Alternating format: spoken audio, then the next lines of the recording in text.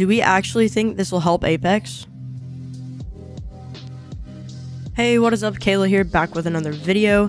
In today's video, we're going to be going over some of the patch notes for the new Apex Legends Takeover season. It is the 7th year of Apex Legends, so let's see if they can salvage the game. Me personally, I've still been having some fun with it on occasion.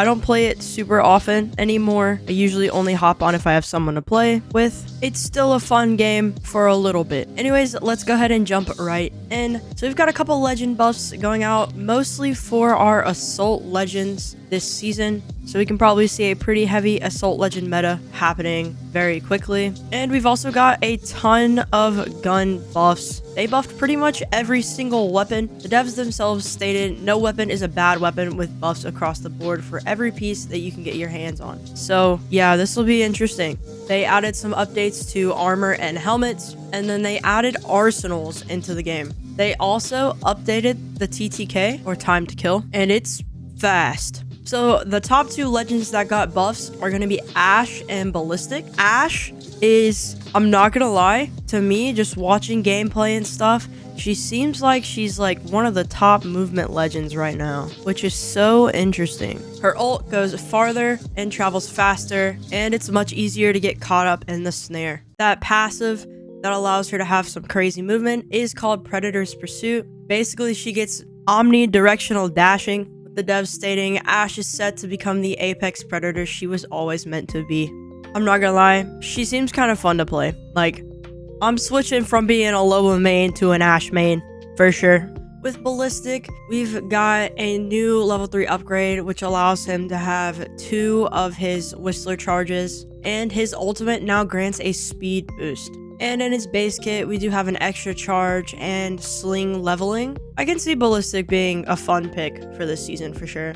Now, the Assault class perks, basically they have a new one called Combat Reserve, which allows them to carry extra ammo per stack, have 2 new grenade-only slots in their inventory, and they're going to retain access to red extended supply bins. Then we've got Stowed Reload, which allows all weapons that they have stowed away to automatically reload after 2 seconds. Now, previously we would see that with our gold magazines, so it's very interesting they gave it to the perks. Then they also have one called Battle Surge. Breaking an enemy's shield grants a speed burst, fast reloads, and highlights the target enemy for 4 seconds.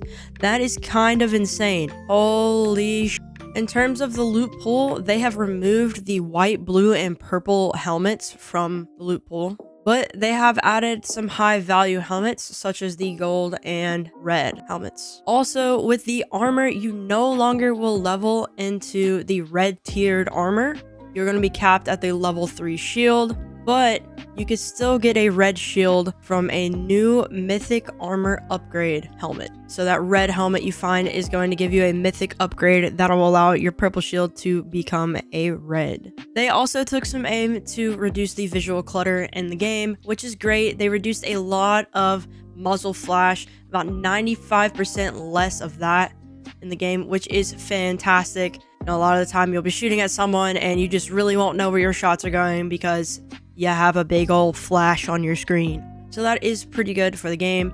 The next thing that is very, very important to me personally, the R99 returns to the floor.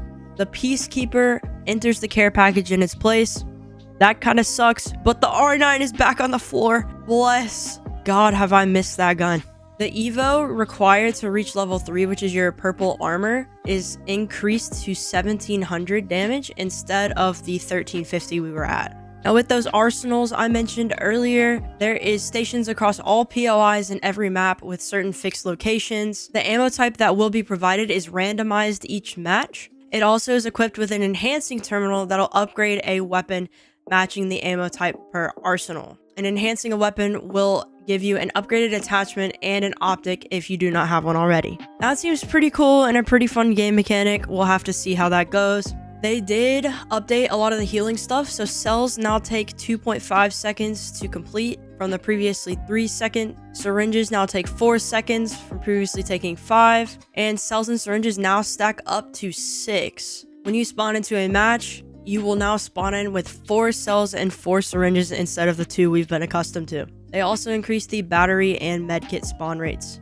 That's pretty cool. I guess it'll make for, when you're late game not able to find heals, that'll help out just a bit. You can also hold a bit more. Now with the helmets being removed from the loot pool, the white, blue, and purple, you no longer start with a white helmet. Getting into the gold helmet that is now going to be spawning into the game. It offers that minor healing perk that doubles the output of cells and syringes. It does set your armor to 100 regardless of your level. There's no headshot damage reduction, and it has a higher chance to appear in the gold bins after that bin reset. Then we have our mythic armor upgrade helmet. It'll set your armor to 125 regardless of your level, so it can show up in the mythic bin or in our late game care packages. They did increase the crawl speed while you are being knocked. You can also see the POI names as you're in the dropship, flying by. Now, there's a lot more specific details to go over, but I'm going to attach the patch notes down in the description for you guys. Every single weapon was changed. And I'm sure there's a couple other few things you guys are curious about or want to know about in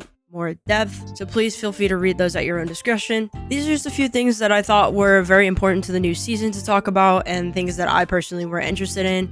I think that we might be somewhat on the right track to kind of reviving the game, but at the same time, they might have been too far gone from previous seasons. Who knows? I personally still have fun and can enjoy the game myself. But, to each their own. Anyways, please let me know your thoughts, feelings, and concerns on everything that I have talked about. I want to know how you guys feel about all the changes and everything. Please, please, please let me know. Yeah, thank you for watching the video. I hope you have a wonderful day. And don't forget to tell somebody you love them.